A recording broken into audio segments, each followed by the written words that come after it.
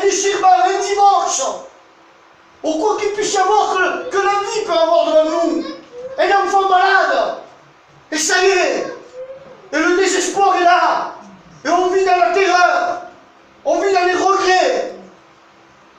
Les gens qui nous entouraient auparavant, on peut se dire, mais chacun vient de sa propre vie, on peut se sentir comme seul au milieu de tous. Voilà la vie de Méphibosheth, comment cet homme se sentait. Et vous savez, quand le roi David, à un moment donné, s'est emparé de Jérusalem, il est dit comme cela qu'il a été dit que l'aveugle et le boiteux n'entreront point dans la maison.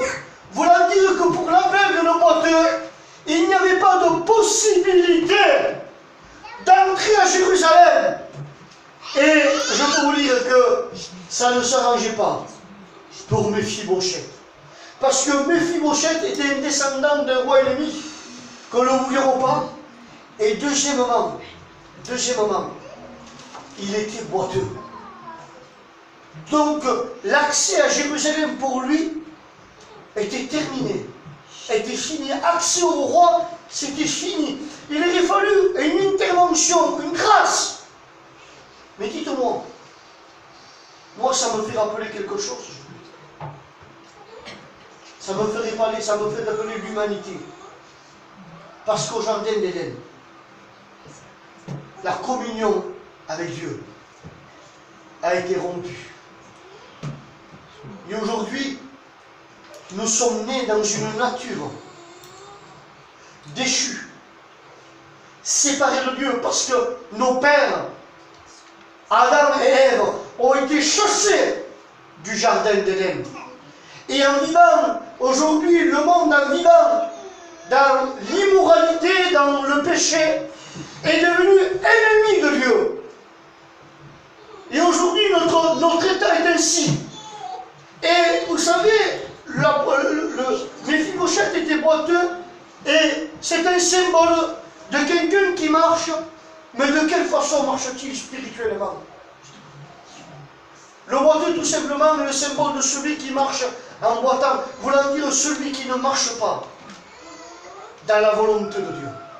Celui qui marche tout simplement selon ses propres principes et qui marche dans le péché. Et laissez-moi vous dire qu'aujourd'hui, c'est ce que l'humanité a hérité. Aujourd'hui, par rapport à la désobéissance qui est venue, nous sommes devenus ennemis de Dieu. Et notre vie de péché nous rend séparés de Dieu. Nous sommes boiteux. Notre accès auprès de Dieu a été coupé. Nous sommes semblables à ce Méphibosheth. Mais au verset 3, béni soit Dieu. Au verset 3, on voit quelque chose. C'est que le roi dit: n'y a-t-il plus personne de la maison de Saül pour que juge envers lui de la bonté de Dieu? Amen. On voit quelque chose. C'est que David veut user de la bonté de Dieu. Mais la Bible dira quelque chose à cause de Jonathan. Parce que David avait Jonathan, le père de Méphibosheth. Ils se voyaient en secret, et c'était des copains, c'était une intimité. Il avait tenu serment, David. Et à cause de Jonathan, David sentait encore cet appel de faire du bien. Et laissez-moi vous dire que nous, aujourd'hui, à cause de Jésus, grâce à Jésus, le Père veut nous faire du bien. Amen. Il veut user de sa bonté. Pourquoi je dis ça? Parce que quand, rappelons-nous que le jardin d'Éden, nous avons été séparés de Dieu. Et Dieu, voilà, est-ce que vous croyez que le Seigneur qui nous aime va laisser son peuple périr sans donner une solution pour son peuple? Dès qu'Adam et Ève ont péché, dès qu'ils ont été séparés, il y a une sentence qui a été donnée à Satan. Il dit: voilà, Satan, ce que je vais faire. Il dit: je mettrai un conflit entre ta postérité et la postérité de la femme. Mais il dit: mais celle-ci t'écrasera la tête, mais toi tu lui blesseras le talon. L'Éternel lui-même est en train de dire que de la postérité de la femme, ça veut dire en Jésus lui-même, il viendra et il écrasera la tête du serpent. C'est vrai, Jésus a été blessé à la croix, mais la tête du serpent a été écrasée. Pourquoi? Pour donner la solution.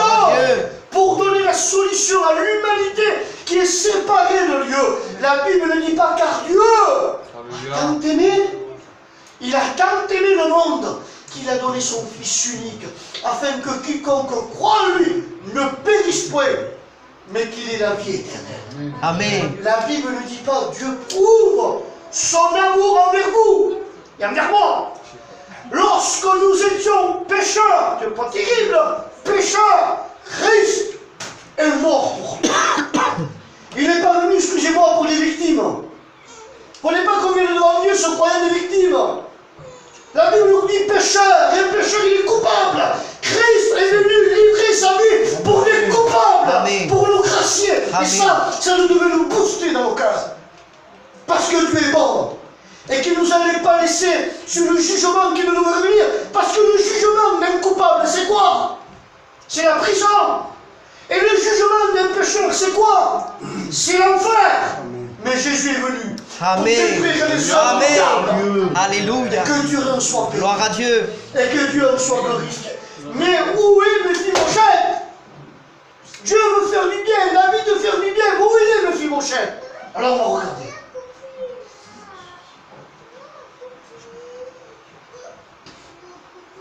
Souvenons-nous que Mephibosheth veut dire honte. Et la Bible nous dira que Mephibosheth se trouve dans un endroit qui s'appelle Lo-Débar. Et je regarde où c'était à peu près, vous savez. Et c'est une ville à Manassé, en Galade. Et regardez, c'est ce qui m'a interpellé. C'est à la limite de la domination d'Israël. Mephibosheth est tellement loin de Jérusalem, de la famille royale, qu'il se trouve dans une situation qu'il est à la limite de la domination du peuple d'Israël. C'est-à-dire qu'il était si vous voulez, à la frontière de notre pays. Mais il n'était pas encore. Et vous savez ce que ça m'a fait rappeler ça? Et je me disais, Seigneur, mais si Mephibosheth était dans un autre pays, il aurait été difficile de le retrouver. Mais Mephibosheth était loin, mais il était toujours dans le pays. Vous l'en dire quoi? Aujourd'hui, peut-être tu es loin, mais tu as toujours la grâce de Dieu. Amen. Peut-être aujourd'hui tu es loin. Vous savez, la Bible dira, entre moi et la mort, il dira, il y a un pas qui nous sépare. Qu'est-ce que l'homme? Un souffle, une vapeur. Les gens diront, qu'est-ce que le sort de l'homme est comparé à un soldat. L'homme est fragile. Entre l'homme et la mort, il n'y a rien. Nous sommes à une frontière en réalité. Où es-tu? Lo-Débar, pardon, veut dire lieu sans pâturage. Celui qui est loin de Dieu, le lieu où il se trouve ce monde, il est sec. Il n'a rien à t'apporter. Pourquoi le monde est si agité? Pourquoi le monde a besoin, tant besoin, d'aller d'avoir tant de divertissement, d'aller chercher des vacances? C'est bien, mais je ne vais pas contre tout ça. Mais de vouloir des vacances, de vouloir des parcs d'attractions, de chercher à être bien. Mais qu'est-ce qui se passe? Parce que son cœur a soif. Son cœur est sec. Et il se croit désaltéré, se désaltérer son cœur avec les eaux de ce monde. Mais les eaux de ce monde sont polluées. Elles vont t'empoisonner. Elles ne vont pas te désaltérer, elles vont te rendre malade. Et le débat, c'était un lieu sans pâture. Et j'ai marqué cela. Et je vois, j'ai marqué Mephibosheth. Mais où es-tu? Où es-tu, Mephibosheth? Et ça m'a fait rappeler, vous savez à quoi? Quelqu'un qui a honte. C'est ce qui veut dire ce nom. Hein? Quelqu'un qui a lâche, qui a honte. Il ne se fait pas voir. Il se cache. Regardez dans le jardin d'Éden. On regardait au jardin d'Éden ce soir. Adam, quand il a désobéi, l'Éternel l'appelle Adam. Où es-tu? Où es-tu? Et la Bible dit qu'Adam se cachait au milieu des arbres. Il était au milieu des arbres, il était dans le jardin au milieu des arbres. On peut prendre ça, le symbole, excusez-moi. Mais on peut être dans l'église et me cacher. Mais Dieu te voit. Amen. Et Dieu connaît l'état de ton cœur et peut te dire ce soir, où es-tu? Alléluia. Où es-tu, Adam? C'est un point d'interrogation. Mais au verset 5 et au verset 6, il nous est dit qu'il voulait user de la bonté de Dieu. Il voulait appeler Mephibosheth de Lo-débar. Et le roi David a envoyé à chercher dans la maison de Machli. Il a envoyé chercher Mephibosheth, qui vient auprès de David. Et ça, je vois tout simplement quelque chose.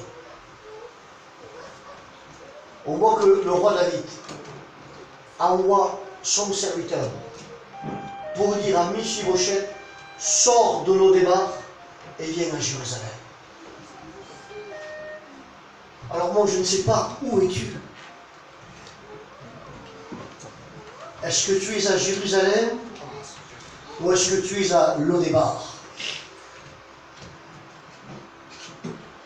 Le Seigneur t'appelle. C'est l'invitation. Amen. Il t'appelle à venir à Jérusalem. Et qu'est-ce que Jérusalem? Qu'est-ce que le symbole de Jérusalem? Jérusalem, c'est le lieu où demeurait le temple.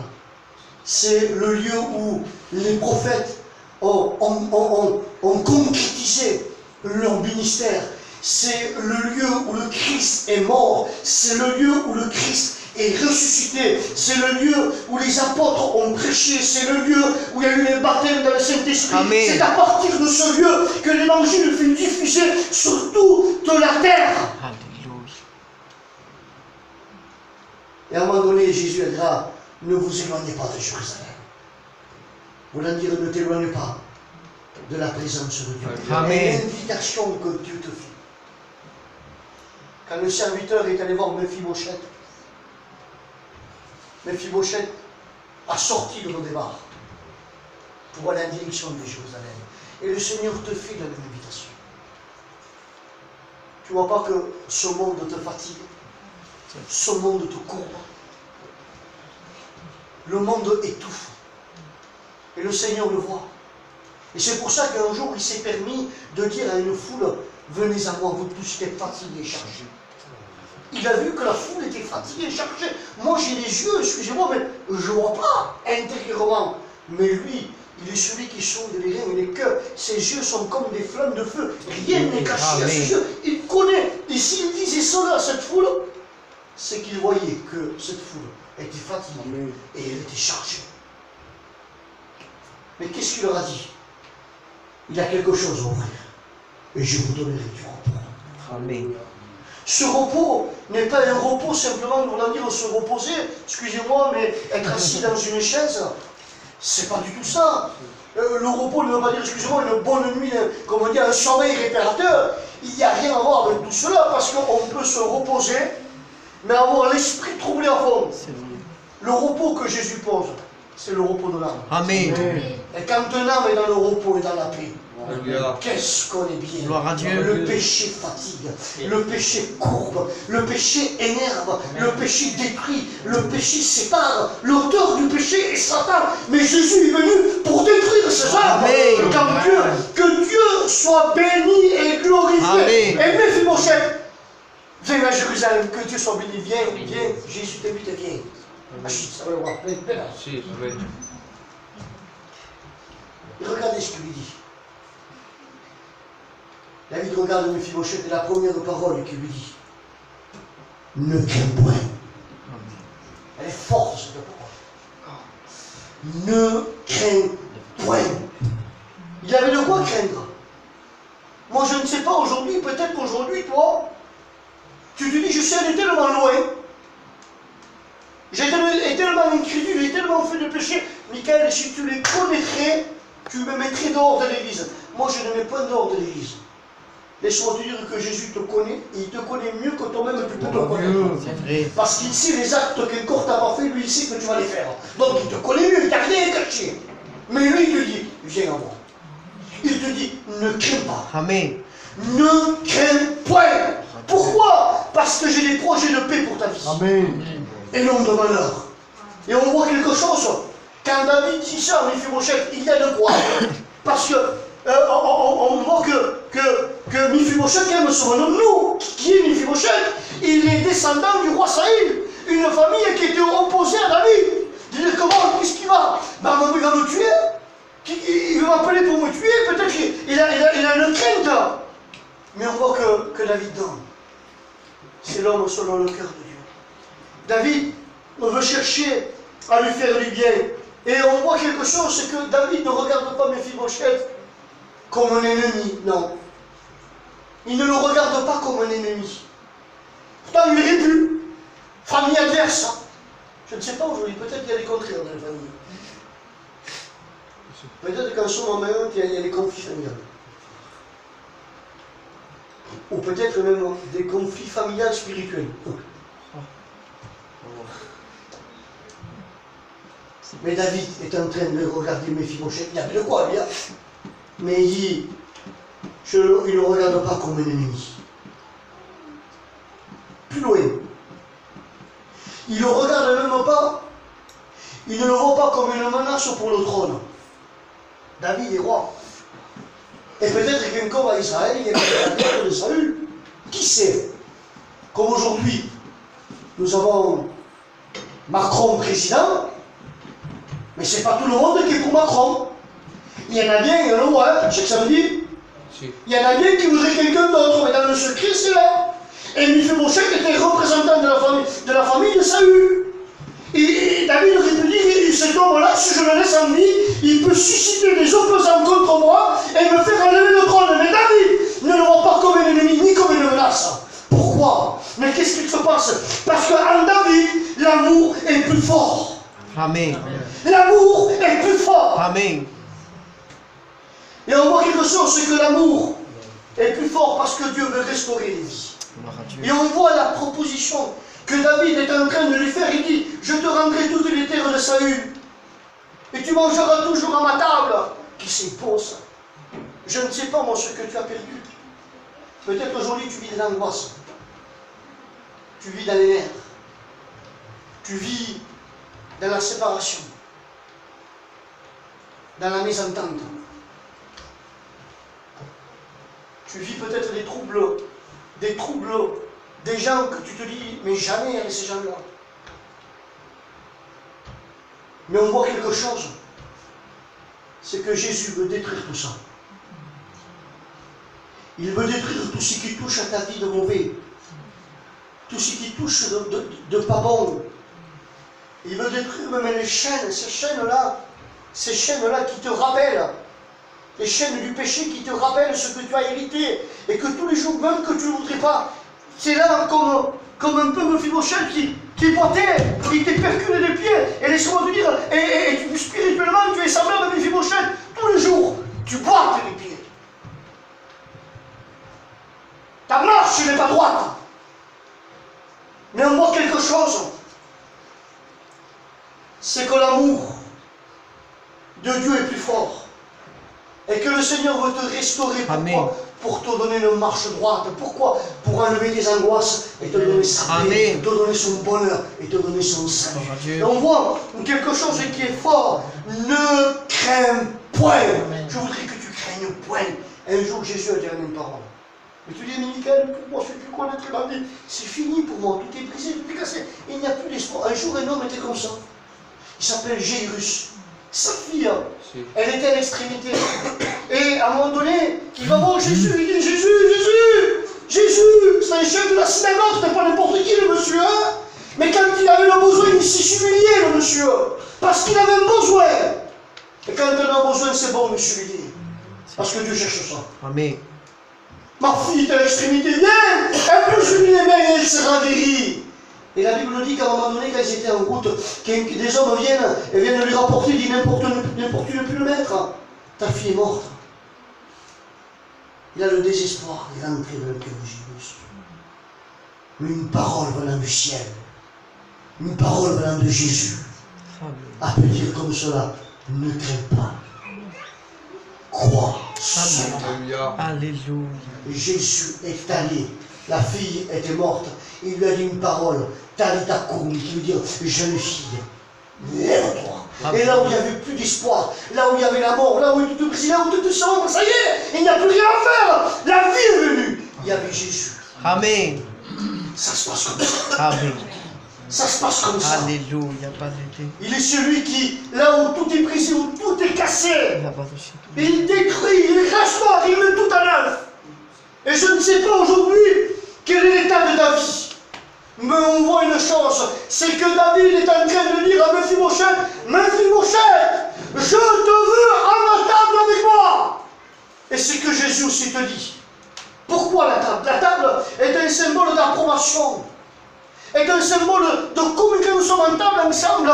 Et ça veut dire qu'il y a l'approbation. Je suis d'accord que tu sois à table avec moi. Quand j'invite quelqu'un chez moi à manger avec moi, c'est que je suis d'accord avec cette personne. Quand j'invite à manger quelqu'un chez moi, c'est parce que je suis en communion avec cette personne. Et quand j'invite quelqu'un à manger chez moi, je partage ce que j'ai. Amen. Amen. Et le roi est ainsi. Je te veux avec moi à ma table, je veux tout te donner. Et Jésus, quand il fait une invitation, Alléluia. pour que tu viennes avec lui, il a de quoi te donner. Mais si Jésus dit venez à moi, tu sais, c'est quelque chose. Il ne lui dit pas venez à moi qu'il n'ait rien à te donner. Alors ne crains pas. Ne crains pas, mais crois seulement. Vous m'accordez 5 minutes? Amen. Hein? 5 minutes, j'essaie d'écourter le plus vite fait possible. Et on voit là, j'ai dit, tout est proposé, tout est bien propos. Vous avez vu, David fait tout pour Mephibosheth. Et on voit là, la réaction, j'ai aimé cette réaction de Mephibosheth, parce que ça déploie, regarde au verset 8, il dit, Mephibosheth, il se prosterna, ici d'humilité. Et il dit, regardez ce qu'il dit, hein, qui est un serviteur pour que tu regardes un chien mort tel que moi. Il s'humilie, et en plus de ça, il se confère à un chien mort. Mais vous savez, j'ai regardé un chien, comment était considéré en ce temps-là en Orient. En Orient, les chiens, ils ne sont pas domestiqués. Ils ne sont pas domestiqués, ça veut dire ils ne vivent pas dans les maisons, ils ne sont pas domestiqués. Mais ils sont considérés comme sauvages et impurs. Mephibosheth est en train de se comparer à un homme d'impur. Quand il réclame devant David, il se dit, qu'est-ce que je suis un chien? On va dire, je suis impur. Et laissez-moi vous dire, pardon de l'expression que je vais prendre. Mais spirituellement parlant, l'homme qui n'est pas domestiqué avec la Bible, qui n'est pas lavé dans le sang de Jésus, il est sauvage et impur.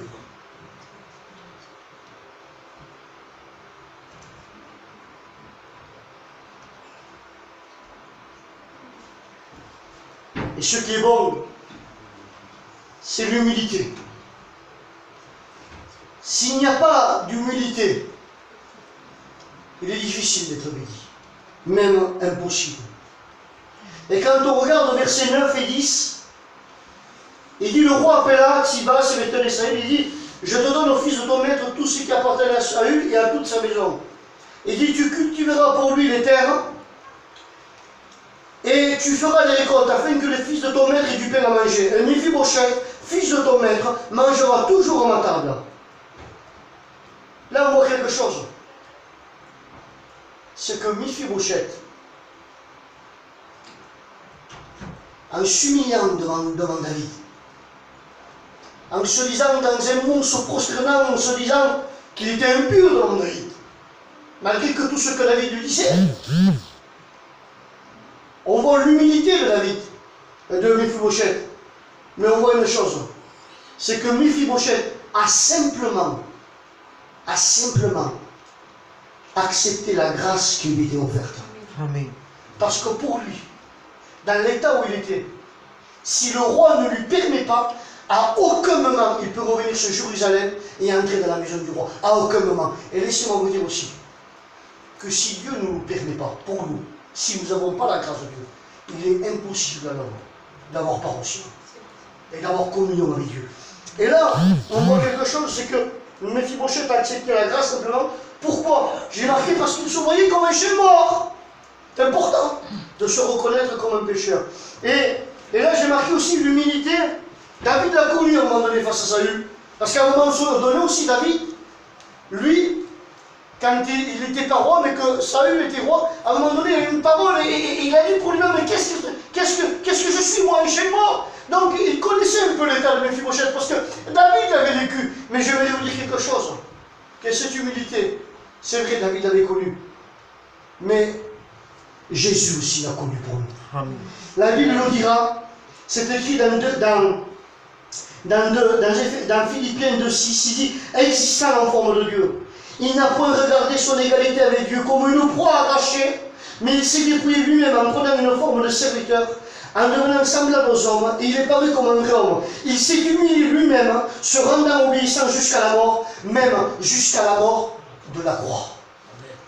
Jésus lui-même s'est humilié. Il s'est humilié, non pas parce qu'il avait le besoin, il n'était pas pécheur, mais il s'est humilié pour nous. Amen. Pour nous faire la grâce. Amen. Et ça, c'est quelque chose de merveilleux.